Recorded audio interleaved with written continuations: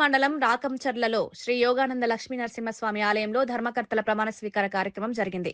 ఈ కార్యక్రమానికి ఎమ్మెల్యే రామ్మోహన్ రెడ్డి ముఖ్య అతిథిగా హాజరయ్యారు. స్వామివారిని దర్శించుకుని ప్రత్యేక పూజలు నిర్వహించారు. ఆలయ అభివృద్ధికి అన్ని విధాలుగా సహకరిస్తారని హామీ ఇచ్చారు. భక్తి వాతావరణంలో కార్యక్రమం ఘనంగా జరిగింది. ఆలయ అభివృద్ధి పనులకు ప్రజల సహకారం అవసరమని ఎమ్మెల్యే పేర్కొన్నారు. ఎందుకంటే బస్ ఎక్కినా రోడ్ ఎక్కినా తొందరగా ఊళ్ళకి వెళ్ళిపోవచ్చని అక్కడ ఉంటారు మనం. అయితే నేను కూడా అప్పుడప్పుడు ఆ దేవాలయానికి పోయేవాడిని.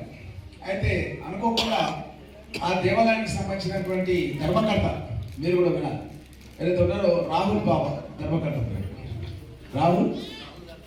రాహుల్ దాస్ బాబా నా దగ్గరకు వచ్చి మీరు మా దేవాలయానికి సంబంధించిన ఏదైతే భూములు ఉన్నాయో 57 ఏళ్ల నుంచి అది మా భూములు, మా దేవాలయం భూములు 57 ఏళ్ల నుంచి ప్రభుత్వ భూమి అని పడింది రికార్డు.